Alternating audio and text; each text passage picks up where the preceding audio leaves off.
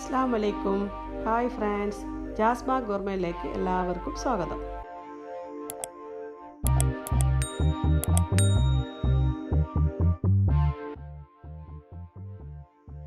ഞാൻ ഇന്നിവിടെ ഉണ്ടാക്കാൻ പോകുന്നത് തലശ്ശേരിയുടെ സ്പെഷ്യൽ ഡിഷായ മുട്ടസിർക്കയാണ്. എൻ്റെ കാസർഗോഡുള്ള ഫ്രണ്ട്സുകൾക്കെല്ലാം ഇഷ്ടപ്പെട്ട ഒരു വിഭവമാണ്. ഞാനിത് എങ്ങനെയാണ് ഉണ്ടാക്കുന്നതെന്ന് ഇവിടെ കാണിക്കാം. ഞാൻ എടുത്തിരിക്കുന്നത് ഇതുപോലത്തെ 2 കപ്പ് പൊന്നിയരിയാണ്. ഇത് ഇളം ചൂടുവെള്ളത്തിൽ 6 മണിക്കൂർ നേരം പുതിർത്തി വെക്കുക. 6 മണിക്കൂർ പുതിർത്തിയ അരി ഇനി നമുക്ക് അരച്ചെടുക്കാം. അരി അരക്കുമ്പം തന്നെ പാകത്തിന് ഉപ്പും ചേർത്ത് അരച്ചെടുക്കണം. ഇത് നന്നായിട്ട് ഗ്രൈൻഡറിൽ അരച്ചെടുക്കണം. മുട്ടസിർക്ക നന്നാകണമെങ്കിൽ നന്നായിട്ട് അരി അരയണം. ഞാൻ 2 കപ്പ് അരിക്ക് 5 മുട്ടയാണ് ആഡ് ചെയ്യുന്നത്.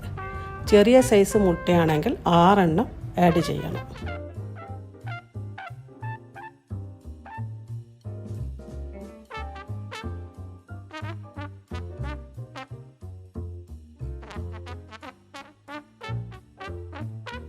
മുട്ട ഒഴിച്ചതിന് ശേഷം ഇതുപോലെ നന്നായിട്ട് മിക്സ് ചെയ്യണം.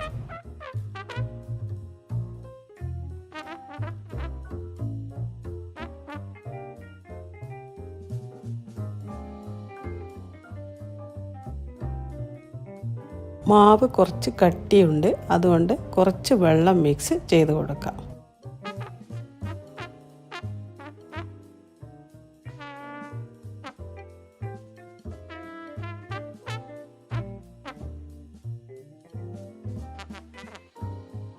കട്ടി കൂടിയതുകൊണ്ട് കുറച്ചും കൂടി വെള്ളം മിക്സ് ചെയ്ത് കൊടുക്കാം.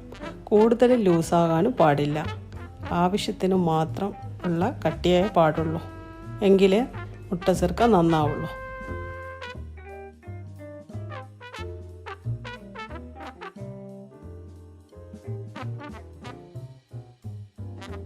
മുട്ടസിർക്കൻ്റെ മാവ് ഇതുപോലെ ആവണം.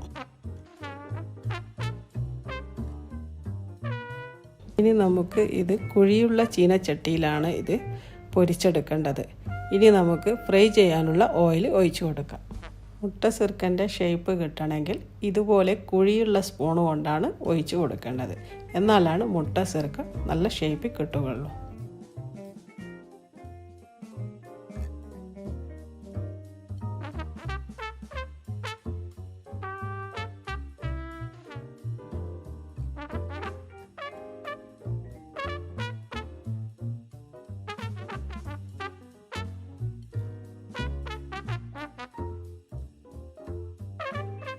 ഒരു ഭാഗം ഫ്രൈ ആയതിനു ശേഷം നമുക്ക് മറിച്ചിട്ട് കൊടുക്കാം. മുട്ടസിർക്ക നല്ല ഷേപ്പിലൂടെ പൊങ്ങി വന്നിട്ടുണ്ട്.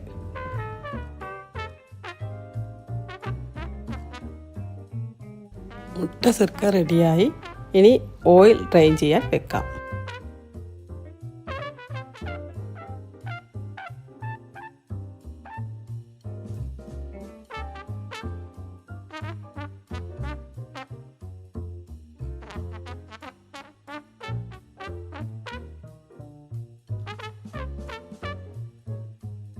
മുട്ടസിർക്ക ഇതുപോലെ ക്രിസ്പിയും ഷേപ്പിലും കിട്ടണമെങ്കിൽ ഒരുപാട് ഓയിൽ ഒഴിച്ച് കൊടുക്കരുത്.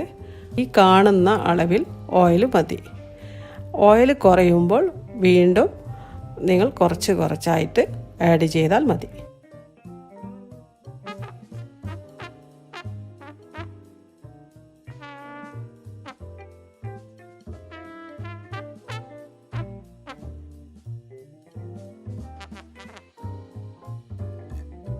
ഇനി നമുക്ക് മുട്ടസിർക്ക സർവിംഗ് പ്ലാറ്ററിലേക്ക് മാറ്റാം.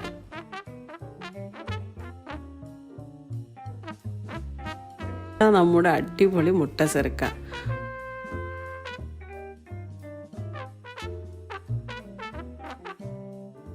പുറം ഭാഗം നല്ല ക്രിസ്പിയും ഉൾഭാഗം നല്ല സോഫ്റ്റുമായിട്ടുള്ള നല്ല ഒരു അടിപൊളി മുട്ടസിർക്കയാണ്. ഈ വീഡിയോ ഇഷ്ടമായെങ്കിൽ തീർച്ചയായും ലൈക്ക് ചെയ്യുക, ഷെയർ ചെയ്ത് ഫ്രണ്ട്സുകളിൽ എത്തിക്കുക. സബ്സ്ക്രൈബ് ചെയ്യാത്തവർ മറക്കാതെ സബ്സ്ക്രൈബ് ചെയ്യുക. ഇൻഷാ അല്ലാഹ് ഇനിയും നല്ല പുതിയ ഡിഷുമായി വരുന്നത് വരെ എല്ലാവർക്കും ഗുഡ് ബൈ.